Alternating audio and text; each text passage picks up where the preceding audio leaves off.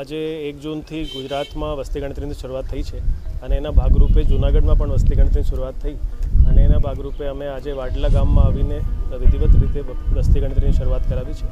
મારી સાથે એન્યુમરેટર બેન પણ છે, ટીચર છે સ્કૂલના, અને એની સાથે અમે ઘરમાં ગયા અને ઘરની હાઉસ લિસ્ટિંગની બધી ડિટેલ્સ એમાં મેન્શન કરી ફોર્મ ભર્યું.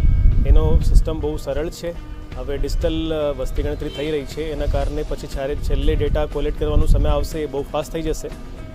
મેડમ પોતાના મોબાઈલ ફોનમાં જ વસ્તી ગણતરી કરી, એની હાઉસ લિસ્ટિંગ કરી, એની અલગ અલગ પ્રકારની ઘરની બધી ડિટેલ્સ લખવાની હોય અને ફક્ત મારા ખ્યાલથી 5 મિનિટની અંદર બધું કામ એ ઘરનું પૂર્ણ થઈ ગયું. આ મારે બધા જિલ્લાના લોકો માટે ખાસ અપીલ છે કે જે પણ શિક્ષક વસ્તી ગણતરીના કામ માટે આવે એને પૂર્ણ રૂપથી સહયોગ કરે અને એને પ્રોપર સાચી માહિતી બતાવે, સો દેટ આપણે જે પણ એના આધારે ડેટા આવે છે એ ડેટાના આધારે જ દેશની પોલિસીઓ નક્કી થાય છે અને ફ્યુચરમાં એ વસ્તી ગણતરીના ડેટા બહુ સેન્સિટિવ હશે અને એના ઉપર ઘણી પોલિસીઓ બનશે.